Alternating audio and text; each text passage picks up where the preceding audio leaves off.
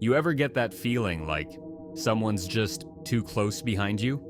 Like their headlights aren't just on you, they're in you. Watching, tracking, waiting for you to mess up. That's what this story is about. But it didn't start that way. It started with a late-night drive, a podcast in my ears, and the stupid confidence of someone who'd done the same route 100 times. It was around 10:45 p.m. early October, the kind of night where the fog just floats above the ground like it's afraid to touch it.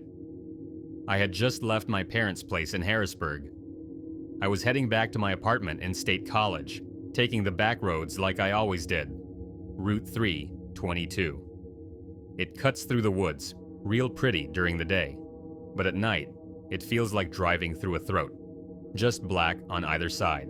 No shoulders, no exits. And if you stop, you're alone. I remember thinking, I should have left earlier. But you know how it is. You stay for one more drink, one more hug, and suddenly, you're the only car out there. I had the heater on low, one hand on the wheel, and a true crime episode playing through my phone. Something about a guy who picked up hitchhikers and, honestly, that should have been the sign. That was the first wrong move. Listening to horror while being in a horror setup. Anyway, I was about 45 minutes into the drive when I noticed the lights. At first, it was just a pair of high beams way behind me. Normal, it's a highway, but then they dipped low, then high again, then off completely. I slowed a little, figuring maybe they were flashing someone else. Except, there was no one else. Just me and them. They stayed off for what felt like a full minute, then blinked back on. Closer. At this point, I'm like, okay, weird, but maybe they're drunk, or high, or both. So I did the usual. I switched lanes, let them pass, but they didn't. They stayed back, then swerved into my lane again, too far to make out the driver, too close to ignore. I figured, screw it, maybe it's some jerk playing games. I sped up. So did they. I slowed down. They slowed down. Now I'm not just annoyed, I'm alert, because this isn't just tailgating. This is mirroring. And mirroring means intent. I hit the next exit, even though it led to nothing but an empty gas station and a church. I turned in fast, like I was about to pull over. They followed, but when I slammed the brakes and cranked my wheel like I was going to double back, they stopped. Middle of the road, lights on, watching. So I floored it back onto the highway. They waited a beat, then followed. That's when I called 911, hands shaking, trying to sound calm. Gave them my location, what little I could. Said I was being followed, stalked, maybe. Told them the make of the car, some kind of dark pickup, Chevy or Ford, hard to tell in the dark. Then the dispatcher said something I'll never forget. Ma'am, are you calling from your number ending in 6394? I said yes, and she said, this number already called us tonight, around 9:20. I hadn't touched my phone all evening. I was eating dinner with my family at 9:20.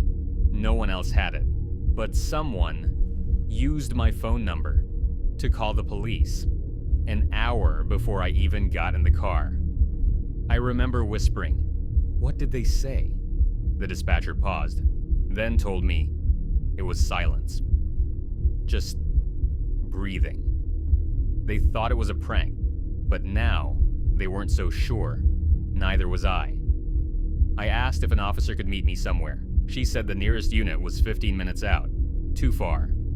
So she stayed on the line, kept talking to me, told me to head for a Walmart about 20 miles up, said the parking lot had cameras, bright lights, people, a place you don't vanish from.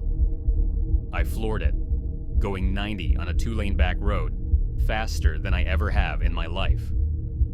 My gas light came on and I didn't care. Behind me, those headlights bobbed like a predator running on all fours. Every turn I made, they stayed. Not gaining, not losing, just tracking. When I finally saw the Walmart sign, I almost cried. I pulled in hard, nearly hitting a cart return, slammed the door and ran inside, holding my phone like a weapon. The pickup didn't follow. They slowed at the entrance, then turned off their lights and kept going. I never saw them again. Police checked traffic cams, found nothing. No plate, no clear make. The 920 call? It came from a spoofed signal. Burner tower. Untraceable. They told me it was probably someone who'd watched me, knew my route, maybe even passed me in the store earlier that day, knew my name, my number, my schedule. And I think that's the part that still gets me. Not the chase, not the lights, but the knowing. Someone out there knew when I'd be alone, knew how I'd react, and planned just enough to stay invisible. I don't drive that route anymore. Hell, I barely drive at night. And every so often, I still check my phone records, just to make sure I was the last one to call.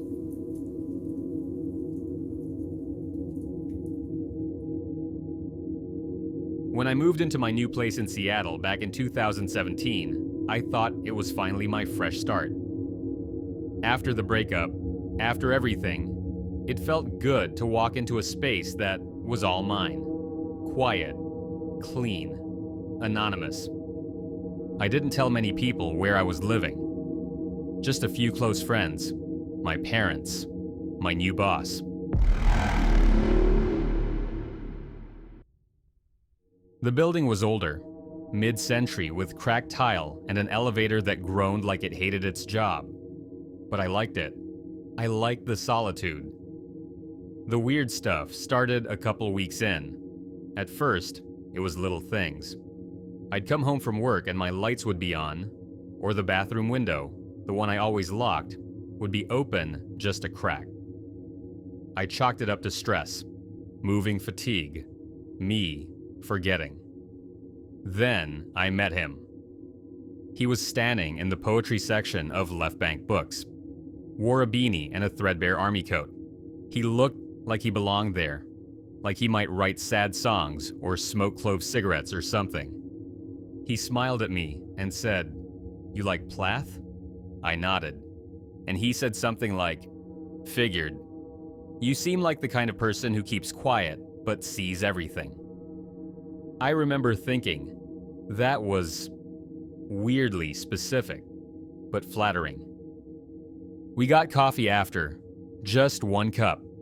He told me his name was Ian, said he lived nearby, worked freelance, didn't really go online much, and yet, he knew things about me. Not just Plath.